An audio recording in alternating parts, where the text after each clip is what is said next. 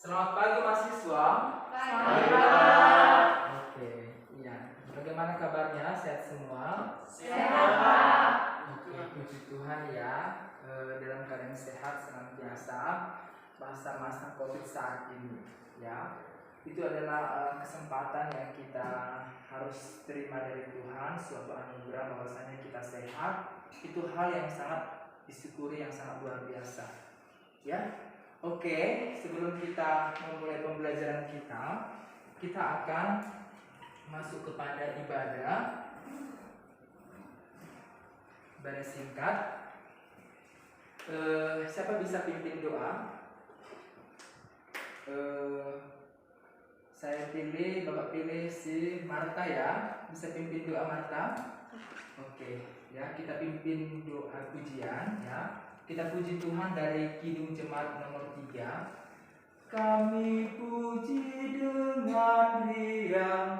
1, 2, 3 ya. Kami puji dengan riang di Kau Allah yang besar, bagai bunga terima siang, hati kami pun mekar. Kabut dosa dan derita, kebimbangan kalanya, sumber suka yang abadi, beri sinarmu menyerah. Kita satukan hati kita, mari kita berdoa. Ya Allah, Bapa yang dari kerjaan surga, kami coba seluruh buat segala berkat yang Kau berikan kepada kami hingga saat ini. Sebentar lagi Tuhan, kami akan memulai pembelajaran kami, berkati hati dan pikiran kami supaya bisa menerima pembelajaran kami dengan baik. Niat dosa yang perbuat, ampunlah itu supaya tidak terhalang untuk menerima berkat-Mu. Terpuji nama-Mu hari ini sampai selamanya. Amin. Ya, terima kasih. Ya, sebelum kita masuk ke pembelajaran kita, ya, Bapak mau bertanya, bagaimana kehadiran kita komisaris? Hadir semua Pak. Iya, hadir semua. Hadir Pak. Ya, bagus sekali ya. Pada masa-masa COVID, walaupun pada saat ini ya kita tatap muka dengan memakai masker, ya kita tetap menyempatkan waktu untuk dalam pembelajaran kita. Ya, itu sangat penting memang. Ketika kita menyempatkan kehadiran, maka kita mendapatkan ilmu yang kita dapat dari dosen kita masing-masing yang ada di perguruan ini. Terlebih pada materi ini, kalau Anda ketinggalan sekalipun, maka Anda akan tidak mendapatkan ilmu kecuali Anda mau berusaha belajar dari luar, misalnya dari YouTube, Google, ya bisa dari situ. Tapi ada kesempatan bisa lebih bagus langsung ya pembelajaran itu tatap muka seperti saat ini. Oke, terima kasih Bapak Komisaris ya mahasiswa. Iya, kita akan masuk ke pembelajaran kita, yaitu tentang analisis menghitung minggu efektif dan tidak efektif. Iya, analisis menghitung minggu efektif dan tidak efektif. Iya. Sebelum kita masuk kepada pembelajaran ini, Bapak mau bertanya dulu kepada pembelajaran minggu yang lalu. Ya, minggu yang lalu itu apa materi kita? Oh iya, terima kasih kepada Cindy. Materi minggu lalu itu adalah proses pembelajaran berbasis kompetensi dalam pengembangan RPP. Iya, bagus ya. Dalam kompetensi untuk pengembangan RPP. Iya, sebelum kita masuk juga ya selanjutnya kepada tahap-tahap itu, ya kita harus mempelajari analisis menghitung minggu efektif dan minggu tidak efektif. Kita harus tahu berapa kali minggu efektif yang ada di dalam ketika kita nanti mengajar sebagai calon-calon bakal guru, ya. Siapa di sini pasti semua punya cita-cita untuk guru. Oke. Ya, kita akan masuk ke pembelajaran kita. Ya. Oke.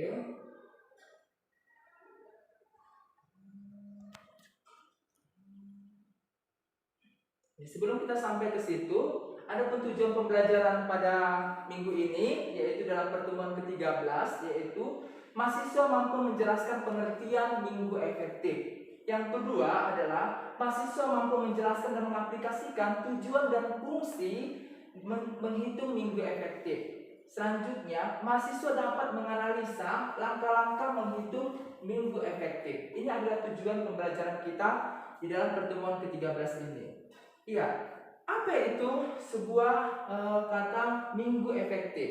Iya, minggu efektif adalah bisa kita lihat perhitungan hari dari minggu efektif yang digunakan untuk mengatur kegiatan pembelajaran di sekolah atau madrasah. Iya, tujuan menghitung minggu efektif ini adalah untuk menyusun dan merencanakan program pembelajaran yang kita lakukan nanti di sekolah, kita sebagai guru di kelas selama 1 tahun pembelajaran. Dengan demikian, tujuan pembelajaran pada tiap-tiap pelaksanaan pembelajaran itu tersampaikan. Ini adalah tujuan dari minggu efektif. Ya, apa fungsinya? Sebagai alat untuk merencanakan atau mengatur waktu di dalam kegiatan pembelajaran yang dilakukan pada bulan Juli sampai dengan bulan Juni selama 1 tahun. Ya, pastinya kalau 1 semester itu semester ganjil bulan Juli dan Desember, dan genap bulan Januari sampai Juni. Itu adalah untuk semester di dalam pertemuan untuk selama menghitung minggu efektif selama setahun. Iya, bagaimana langkah-langkah menghitungnya? Ya, langkah-langkahnya bisa kita pahami adalah persiapkan kalender pendidikan. Ya, kita persiapkan kalender pendidikan itu. Kalender pendidikan ini biasanya diberikan oleh Dinas Pendidikan Kabupaten setempat atau juga masing-masing dari Kementerian Agama jika dia itu madrasah. Ya, yang sudah disesuaikan dengan hari efektif di kabupaten masing-masing.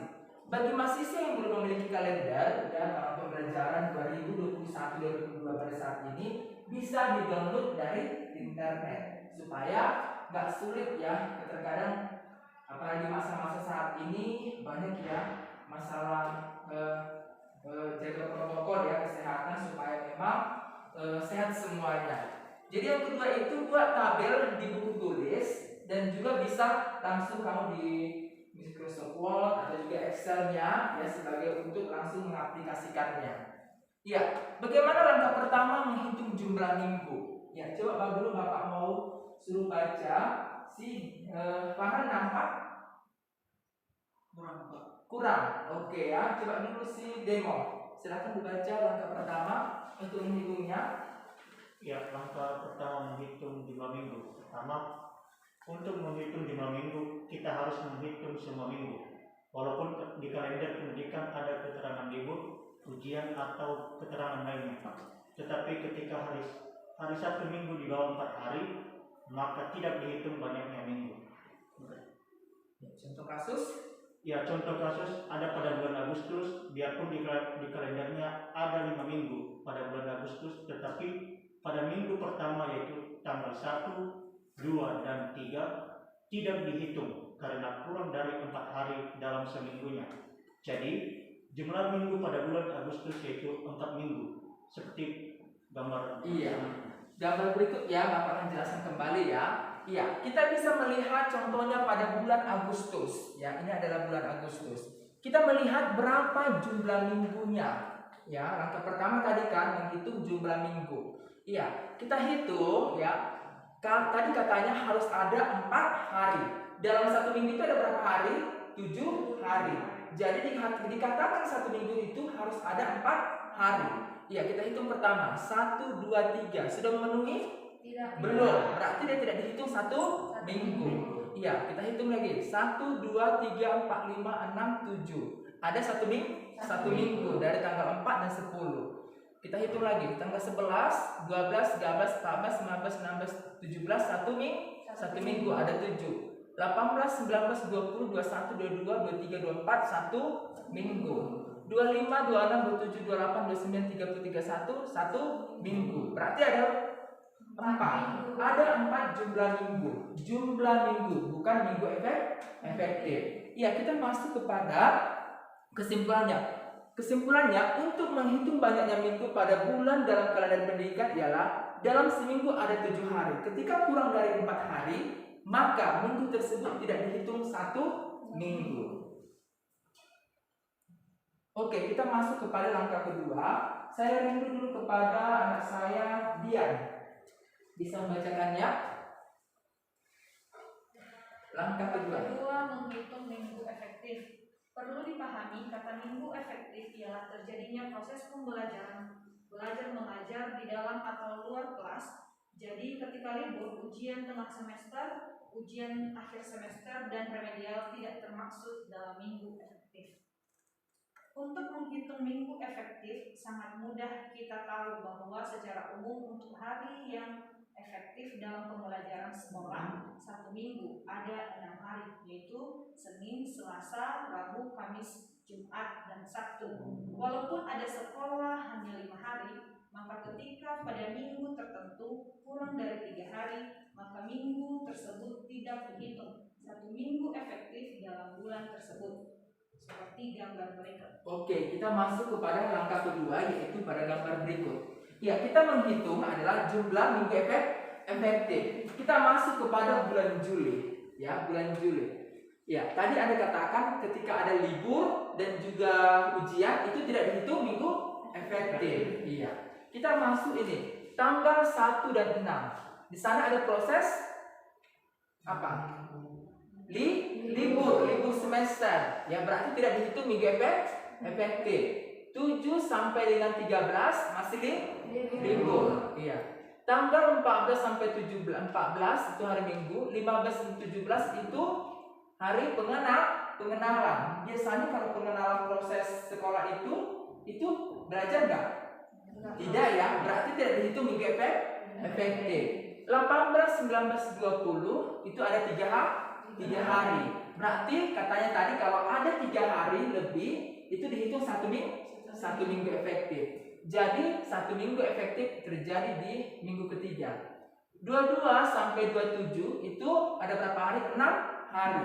Berarti 1 minggu tambah lagi dia. 29 sampai 31 itu ada 3 hari. Berarti tambah 1 minggu. Jadi berapa minggu efektifnya?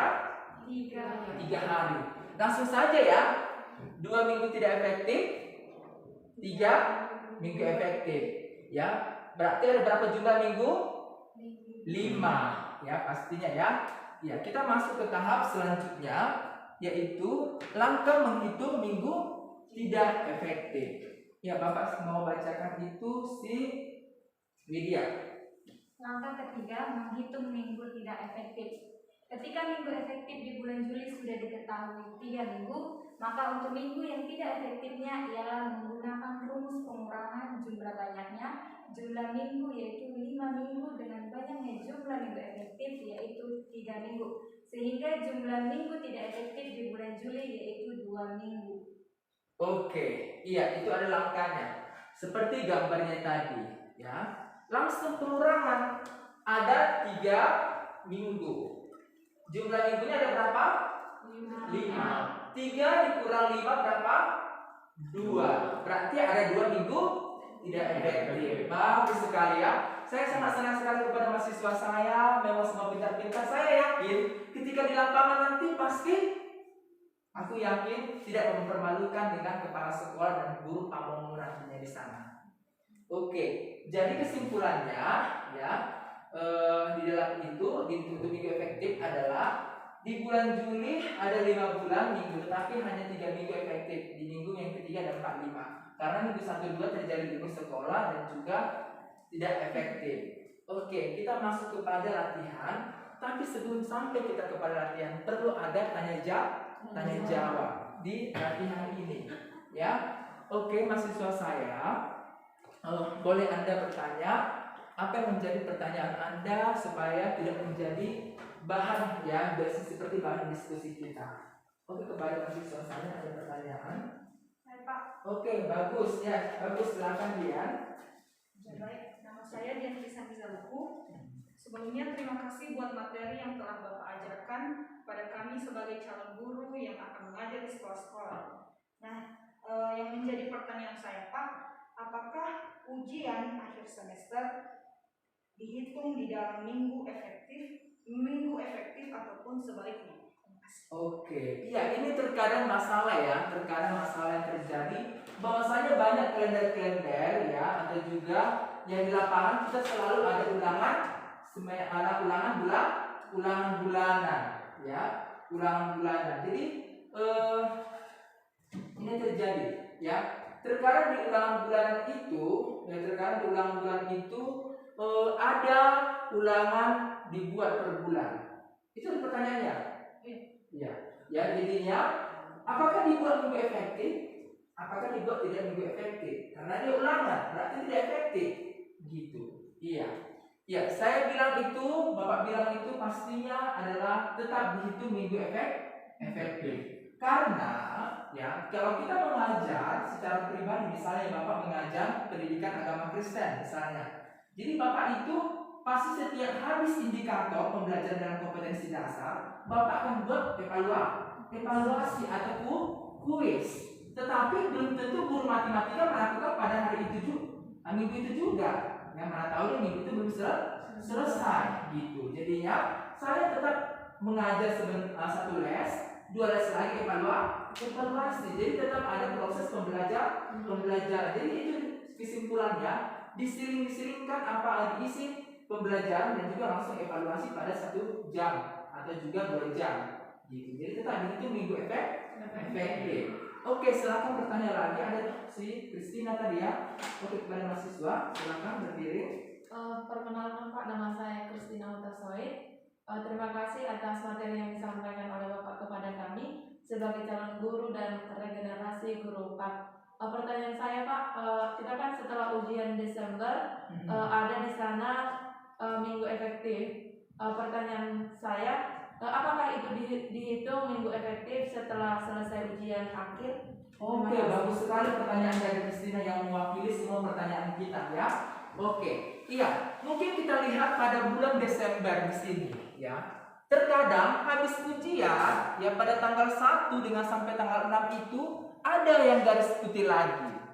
Seolah-olah ini adalah proses pembelajaran, tetapi tidak ya. Ini tidak dimasukkan dalam minggu efektif. Kenapa? Ya, pengertian dari minggu efektif tadi adalah terjadinya proses belajar mengajar. Setelah ujian, ada nggak belajar lagi? Kalau kalian di SMA bagaimana? Ada nggak belajar lagi? Materi kita adalah tentang takut akan Tuhan, kembali seperti itu. Atau pembelajaran kita adalah tentang musik gereja kembali. Tidak ada ya? Ya, berarti itu tidak masuk kepada minggu tidak efektif ya. Kenapa? Habis ujian itu biasanya remedial. Habis itu bagi rapor. Udah selesai gitu. Jadi tidak efektif. Oke, bisa Kristina? Oke, sangat bagus ya. Semuanya sudah bertanya dengan baik ya, pertanyaan-pertanyaan itu. Ya, adapun Bapak akan latihan ya. Jadi Bapak juga bertanya bahwasanya kalian sudah paham, ya sudah mengerti. Coba dulu dianalisis ya untuk bulan Agustus, ya Agustus. Siapa yang bisa? Agustus dan juga Oktober. Di sini ada dari garis ya tanda-tanda. Siapa bisa untuk bulan Agustus? Oke, Agus Widya. Ini Widya ini orang yang aktif ya. Di bulan Agustus itu kan Pak ada 4 minggu, yang dimana mulai tanggal 2 sampai tanggal 8 itu 1 minggu. Bagus. Kemudian tanggal 9 sampai tanggal 15 itu 1 minggu, berarti Bagus. 2 minggu. Ya. Kemudian tanggal 16 sampai 22 itu 1 minggu, berarti 3 minggu. Kemudian dari tanggal 23 sampai 29 itu 1 minggu. Ada bagus 4 minggu berarti ya. Terus yang tanggal 30 sampai 31 karena 2 hari dia tidak dihitung ke dalam jumlah minggu. Mantap. Kemudian yang menjadi minggu efektifnya itu tetap ada 4 minggu Pak. Ya. Dari Kenapa? tanggal 3 sampai tanggal 8 itu 1 minggu efektif. Ya. Kemudian dari tanggal 10 sampai tanggal 15 itu juga 1 minggu efektif. Berarti menjadi 2 minggu efektif. Ya. Kemudian tanggal 18, 19, 21, 22 itu merupakan 1 minggu efektif karena sudah 4 hari. Bagus ya. Pak, berarti ada 3 minggu efektif. Kemudian dari tanggal 24 sampai 29 itu merupakan 1 minggu efektif. Jadi di bulan Agustus itu Pak ada 4 minggu efektifnya. Iya, minggu tidak efektifnya Tidak ada Pak. bagus. Saya berikan tepuk tangan kepada bagus ya jawabannya. Yang untuk Oktober siapa bisa untuk menganalisisnya? Ada Pak. Pak. Oke, silakan Becky. Baik Pak, kalau untuk bulan Oktober itu ada Jumlah minggu? jumlah minggunya ada 4, karena yang tanggal 1, tanggal 2 dan tanggal 3 itu tidak termasuk satu minggu karena kurang dari 4 hari. Bagus. Jadi Pak, untuk minggu efektifnya ada 3 minggu. 1 minggu untuk minggu tidak efektif. Itu untuk tidak minggu efektif karena ujian di tanggal 5 sampai tanggal 10. Bagus, ya. Jadi untuk minggu efektifnya mulai dari tanggal 12 sampai tanggal 17 itu 1 minggu. Ya, Tanggal 19 sampai 24 itu 1 minggu, jadi sudah 2 minggu. bagus. Tanggal 26 sampai 31 itu minggu efektif 1 minggu. Jadi total jumlah minggu efektif itu 3 minggu. Jumlah total minggu tidak efektif itu 1 minggu yang sedang berlangsung ujian. Oke, bagus. Berikan tepuk tangan kepada Eki. Ya. Aduh, berarti semua bisa untuk mengerjakannya dan juga aku Bapak yakin akan mampu untuk mengaplikasikannya ke depan. Ya, ya kita masuk kepada pembelajaran kita.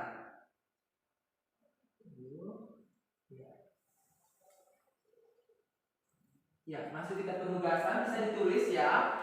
Ya, buatlah satu tabel dan lakukanlah perhitungan minggu efektif dan juga minggu tidak efektif.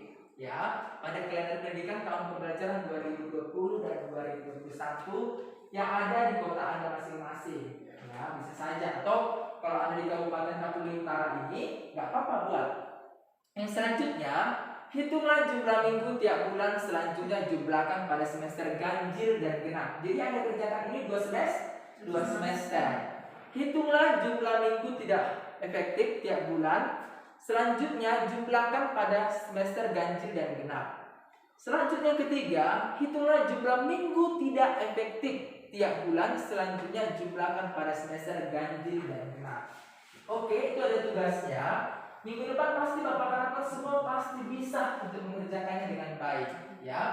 Oke, bisa semua kan? Bisa Pak. Oke, mantap. Nampak saja mahasiswa-mahasiswa yang akan siap untuk ke lapangan nantinya. Oke, adapun kesimpulannya adalah jadi ketika kita seorang tenaga pengajar harus mampu menghitung minggu efektif dan minggu tidak efektif pada kalender pendidikan.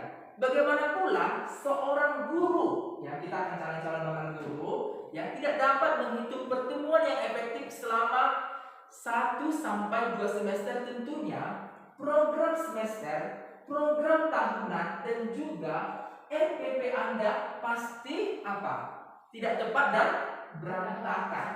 Ya, itu yang harus kita pakai kesimpulan ini. Jadi harus tahu. Kenapa? Itu yang akan nanti masuk. Setelah kita mampu menganalisis ini, kita masuk ke pertemuan selanjutnya menghitung prota dan proses masuk kepada RPP. Setelah itu kita tahu berapa pertemuan. Oh, rupanya aku mengajar 1 semester ini 20 minggu efektif. Berarti harus ada aku 20 kali mengajar dalam 1 semester.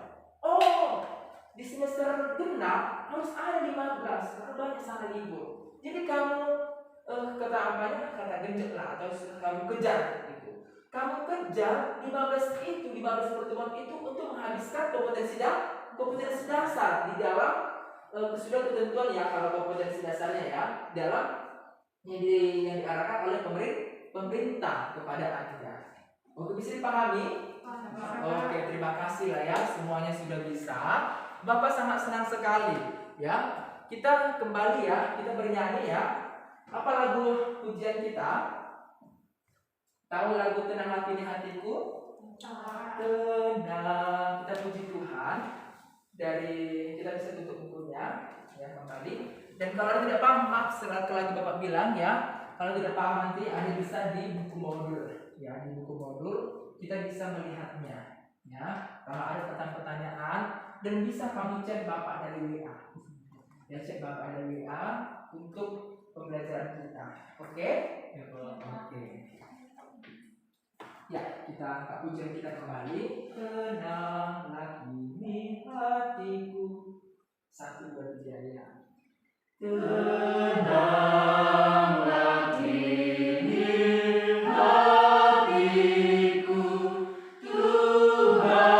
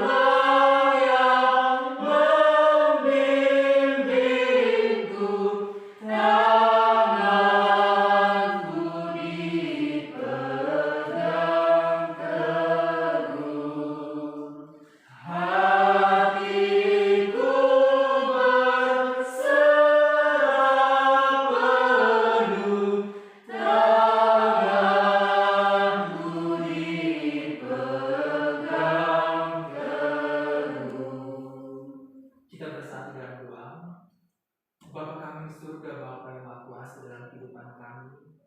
Tuhan, kami bersyukur atas penyertaan-Mu yang senantiasa memberkati pertemuan kami ini, Tuhan, dalam pembelajaran kami. Tuhan, berkati Tuhan apa yang kami pelajari, Tuhan, sehingga tujuan pembelajaran pada minggu ini, Tuhan, tersampaikan dengan baik. Bahkan juga Tuhan, hamba berdoa senantiasa, Tuhan, buat para mahasiswa hamba di tempat ini, Tuhan. Berikan hikmat bisa daripada-Mu, Tuhan, sehingga Tuhan, mereka mampu melanjutkan studinya sampai mendapatkan gelar sarjana, Tuhan. Tuhan, jangan permalukan mereka, Tuhan, di lapangan nantinya, Tuhan. Sehingga Tuhan, mereka menjadi anak-anak yang sukses, menjadi anak-anak kebanggaan-Mu, Tuhan. Hanya untuk mempermuliakan nama-Mu, Tuhan. Terima kasih, Tuhan. Bahkan Tuhan, kami berdoa senantiasa, Tuhan, pada masa COVID saat ini, Tuhan. Tuhan, berkati Tuhan. Pulihkan Tuhan negeri kami ini, Tuhan. Pulihkan Tuhan dunia ini, Tuhan. Sehingga Tuhan, segala virus COVID-19, Tuhan, Engkau patahkan, Engkau singkirkan, Tuhan, di dalam anak-Mu, Tuhan Yesus. Engkau berkati Tuhan Yesus hidup kami, Tuhan. Berikan kesehatan kami kepada kami dan kepada keluarga kami. Begitu juga kami akan pulang nantinya, Tuhan. Berkati Tuhan dalam perjalanan, sehingga kami sampai ke tujuan dengan hanya kemuliaan dari nama-Mu. Kami serahkan semua itu, Tuhan, harapan impian kami berlandaskan anak-Mu, Tuhan Yesus Kristus, sampai kehidupan kami. Amin. Oke, shalom bagi semua. Kita bisa pulang. Tuhan Yesus memberkati. Amin.